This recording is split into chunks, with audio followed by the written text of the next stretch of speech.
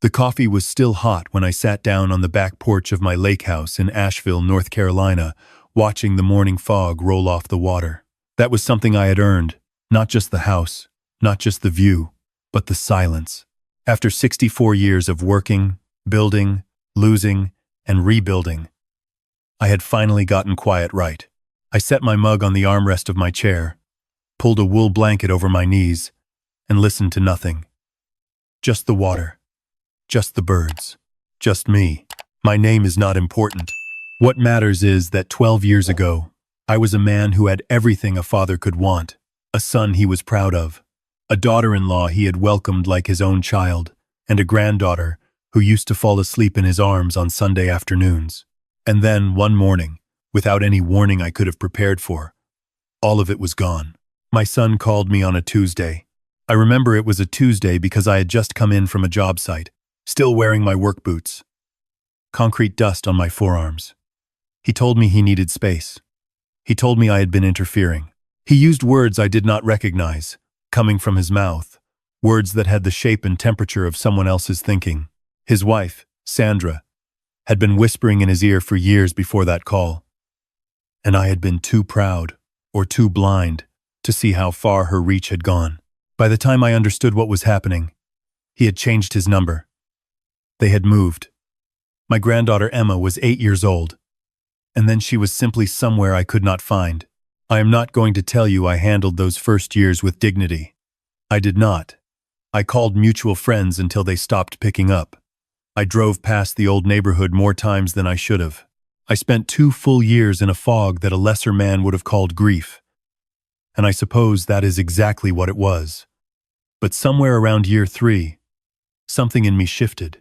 I cannot explain it the way a therapist might explain it, but I can tell you what it felt like. It felt like a door closing quietly, and another one opening somewhere down the hall. I had spent 30 years as a licensed contractor. I knew how to build things. I knew wood and steel and concrete, and the particular satisfaction of watching something rise from a bare lot into something that would outlast the people who built it. So, I took everything I had, my savings, my tools, my reputation in the trade, and I started a building supply company out of a warehouse off Highway 70. 12 employees the first year, 26 the second.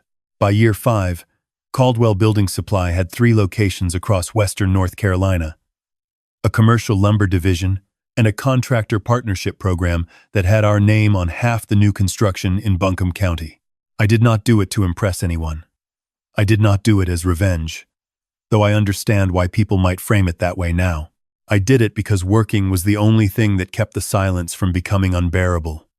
And because somewhere deep in my chest, I held on to the idea that Emma might one day be old enough to find me herself. She was 20 years old when she did. She messaged me through the company website, of all places. Her name had changed. Sandra had pushed for a hyphenated last name years ago, but I knew her the moment I saw the message. She wrote 3 sentences. She said she was sorry it had taken so long. She said she had been told things about me that she now understood were not true. She said she wanted to meet. We met at a diner in Black Mountain on a Thursday afternoon.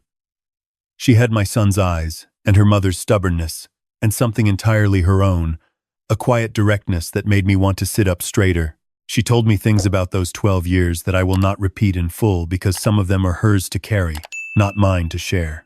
What I will tell you is that she confirmed what I had always suspected. Sandra had built an entire architecture of lies.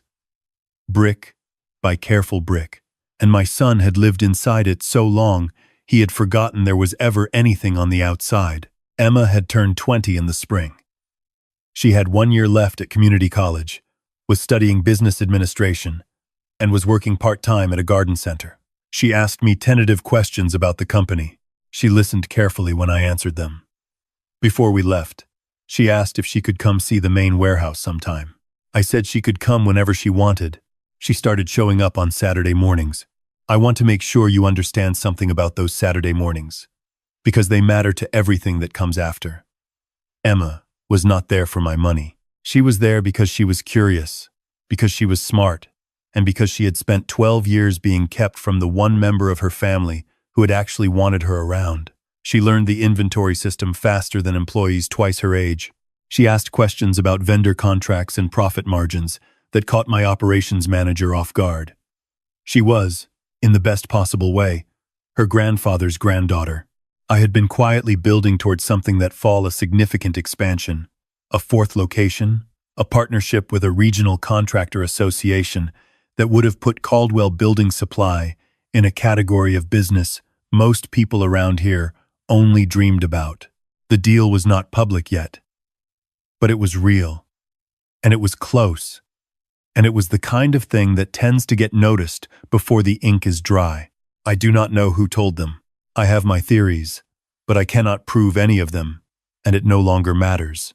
What matters is that on a Wednesday evening in early November, I was sitting in my home office reviewing the partnership documents when I heard a knock at my front door. My son was standing on my porch. I had not seen his face in 12 years. He looked older in the way that certain choices age a person not from the outside in, but from somewhere deeper. He was wearing a sport coat that was slightly too new, the kind of thing you put on when you want to look like you belong somewhere you are not sure you do. Sandra was beside him, and she looked exactly as I remembered her. Composed in that particular way that requires constant effort, the kind of composed that is really just controlled aggression wearing a pleasant expression. I did not open the storm door right away. "Dad," my son said. I stood there for a moment. 12 years. He said it like a single syllable. Like the distance between us was a word he could speak and have it dissolve on the spot. I opened the door. Not because I had forgiven him. Not because I was weak. I opened it because Emma had asked me, 2 Saturdays before, whether I thought there was any version of this story where she got her father back. I had told her I did not know. I had told her that some things could not be rebuilt, no matter how skilled the builder. But I had also told her that I would not be the one to make that decision for her. So I stepped aside. They came in and sat in my living room like they had never left it. Sandra looked around at the furniture, the renovations, the view of the lake through the back windows. I watched her eyes move and I knew what she was doing. She was calculating. My son told me he had missed me. He said it with feeling, and I want to be fair to him. I believe he believed it. He said things had been difficult, that there had been misunderstandings, that Sandra had helped him see things more clearly now, and that she felt terrible about the distance between us. Sandra nodded at each of these statements. She did not say she felt terrible herself. She let him say it for her. I asked them why they were there. My son looked at Sandra. Sandra smiled and said, "We've been going through a rough patch. Honestly, the market has been hard. Marcus's consulting work dried up last year, and we've been trying to get back on our feet." She paused. Just long enough. We heard the business has really taken off. We were actually thinking with the new expansion coming you might want family involved. There it was. Not 12 years of silence. Not Emma's childhood. Not any of the 1,000 ordinary moments they had stolen from both of us. What they wanted was a seat at a table they had not helped build. I told them I would think about it. I did not throw them out that night, and I know some of you are already angry at me for that. I understand, but I had learned something in those 12 years that I want to share with you now, because it changed how I handled everything that followed. I had learned that reacting quickly gives the advantage to the wrong person. Sandra was very good at provoking reactions. She had spent 12 years managing my son through them. I was not going to give her that. I asked them where they were staying and they told me a hotel in Asheville. I said I would be in touch. After they left, I called my attorney. Her name is Carol. She has represented my business interests for 6 years, and she is exactly the kind of person you want on your side when you sense that something is about to go sideways. I told her everything. She told me to sit tight and let her make some calls in the morning. What Carol found in the morning was not what either of us expected. Over the past 18 months, someone had been submitting contractor bids in Western North Carolina, using documentation that included Caldwell Building Supply's license number, bonding certificates, and in 2 cases, my personal signature. The bids were low enough to undercut legitimate contractors, but structured to collect upfront deposits that were never followed through on. 3 small municipalities had been defrauded. The amounts were not enormous. We were talking about $80,000 across 3 separate incidents. But the documentation was sophisticated enough that it had taken this long to flag. Carol told me the state licensing board had opened an investigation 2 months ago but had not yet traced the source. She told me my company's name was attached to it in ways that could expose me personally if someone decided to look in my direction before they found the real source. I sat very still when she told me this. Then I asked her to send me everything she had. I am not a man who cries easily. I have buried a wife, a brother, and a business partner in my life. And each of those times, I found a private room and did what needed to be done and came back out.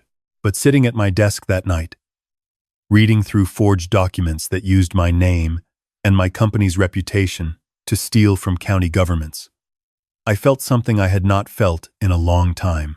It was the particular cold feeling of understanding exactly what kind of person you are dealing with. Sandra had not come to reconnect. She had come because the investigation was getting close, and she needed a fall position. Either a legitimate connection to Caldwell Building Supply that could explain her access to our documents, or a distraction that would muddy the timeline. My son, I was now almost certain, either did not know the full extent of what she had done, or had convinced himself not to look too closely. I made 2 phone calls that night.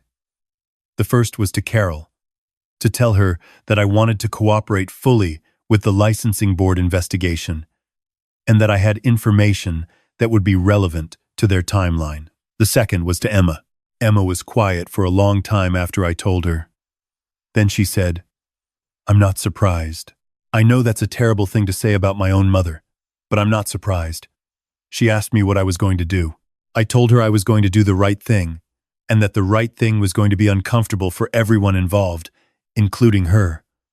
And I needed to know she understood that before I moved forward. She said, "Do what you have to do, Grandpa. I'll be okay." She has more of her grandmother in her than she knows. I had been planning a company anniversary dinner for the following month. 15 years of Caldwell Building Supply. A formal event at a venue in downtown Asheville. Contractors and vendors and city officials who had partnered with us over the years. It had already been scheduled. The invitations already sent. I kept the event on the calendar. I made one additional call to coordinate timing with the investigators from the licensing board, who were, at that point, very interested in my cooperation. In the 2 weeks between that conversation and the dinner, my son called 3 times. Sandra called once. Their story had evolved. They were no longer just asking to be involved. Now there was talk of a formal role, a partnership stake, even a suggestion that Sandra, who apparently had a background in finance, could help manage the expansion capital. Each call was more specific than the last, more confident. They had apparently decided that silence from me meant openness. I told them to come to the anniversary dinner. The evening of the event, I arrived early. I spoke with the investigators briefly in a side room and confirmed what I knew. I spoke with Carol. I spoke with Emma, who was there as my guest, standing very straight in a blue dress, looking like someone who had already made peace with a difficult evening. My son and Sandra arrived at 7. She was wearing something expensive and was working the room before they had even reached the bar. I watched her shake hands with 2 of my contractor partners and introduce herself as family. I watched my son follow in her orbit, uncertain but compliant, the way he had been for years. I gave them time to settle. I gave the room time to fill. And then at 8 o'clock, I stood at the front of the room, and I said what I had to say. I started by thanking everyone who had built 15 years of this company alongside me. I talked about what it had taken the early mornings, the hard bids, the relationships built on decades of honest work. I talked about what the Caldwell name meant in this part of North Carolina, and what it cost to build something people trusted.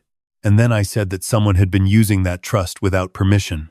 I do not need to walk you through every moment of what followed, because some of it is now part of a public record, and some of it belongs only to the people who were in that room. What I will tell you is that when the investigators came through the door, Sandra's composure finally broke. Not all at once, it cracked the way a frozen windshield cracks. From one point outward, she looked at me with an expression I will carry for the rest of my life. And it was not anger.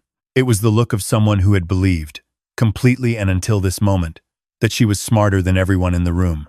My son did not fight. He sat down heavily in his chair and put his face in his hands. I want to be honest about this part, because I know it is the part some of you will disagree with me on. My son was not innocent.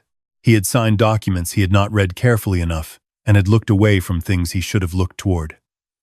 That is not the same as what Sandra did. But it is not nothing. He was charged as well, not with the same counts, but charged nonetheless. I did not intervene in that. I could not, and I would not have, even if I could. What I could do, what I chose to do, was something different entirely. Before the investigators moved to make their arrests, I asked for one moment. I crossed the room to where my son was sitting. He looked up at me, and I saw his face clearly for the first time in 12 years. And it was the face of a man who had spent a very long time pretending to be fine and had just run out of pretending. I said, "I don't know who you are anymore, but I know who you were, and I know who your daughter is. Whatever comes next for you, that girl deserves a father who actually shows up. Figure out how to be that. That's the only thing I have left to say to you." He did not respond. I did not wait for a response. I walked back across the room and stood next to Emma. The rest of the evening was handled by people whose job it was to handle it. Sandra was escorted out. My son was escorted out, separately, and later released to appear voluntarily with counsel, which is what Carol had arranged as a condition of my cooperation. Not protection for him, but order, a process. He deserved a process, even if he had not given me one. Emma and I stayed until the end of the dinner. We ate. We talked with the people who had built this company alongside me. One of my oldest contractor partners, a man named Dale, who has been in the business even longer than I have, came over and shook my hand and didn't say anything for a moment. Then he said, "You did right. That was enough." Emma and I drove back to the lake house afterward and sat on the back porch, the same porch where I drink my morning coffee, the same view I had earned by getting through 12 years of silence without becoming someone I was ashamed of. She did not say much. Neither did I. At some point, she put her head on my shoulder the way she used to when she was small, before any of this happened, back when Sunday afternoons were simple. I want to tell you something that I learned in the months that followed, because I think it is the most important part of this story, and it is the part that is hardest to fit into a simple narrative about betrayal and justice. My son, sitting in the aftermath of what his choices had cost him, eventually began the work of understanding himself. It was slow. It was not a straight line. There were phone calls that ended badly and stretches of silence that reminded me of the old silence, the 12-year kind. But Emma was in contact with him, on her terms, and I think that mattered more than anything I could have offered. Some repairs can only be made by the generation that comes after. The expansion closed. The 4th location opened in the spring in Hendersonville. Emma finished her degree and came to work for Caldwell Building Supply as a junior operations coordinator, which was her own decision, made without any pressure from me. She is very good at it. She asks the same sharp questions she always asked, but now there are people who work for her who are glad to answer them. The fraud investigation was fully resolved. My company's name was formally cleared. The municipalities that had been defrauded were reimbursed through a recovery process that I contributed to voluntarily because I was not willing to let innocent county employees carry the cost of something done in my name. I sold the name, but I kept the knowledge. I have always believed that. You can take the label off of something, but the thing itself remains. 12 years of building something without permission from anyone, without approval, without an audience that does not go away just because someone tries to attach their hand to it at the end. I sit on this porch most mornings. The water is the same. The birds are the same. The silence is the same, but it is a different kind of silence now, not the silence of absence, but the silence of a man who has said what needed to be said and done what needed to be done, and can now simply sit and drink his coffee while the fog burns off the lake. Emma texts me most days, usually about work. Sometimes, she sends me pictures of things she finds at yard sales. Old hand tools, levels, squares. The kind of thing a contractor's granddaughter knows to look for. Last Saturday, she found a plumb bob at an estate sale in Weaverville. The old brass kind. Still perfect. She sent me a photo of it with one line. Thought you'd want this. I told her to bring it to me on Saturday morning. She said she would.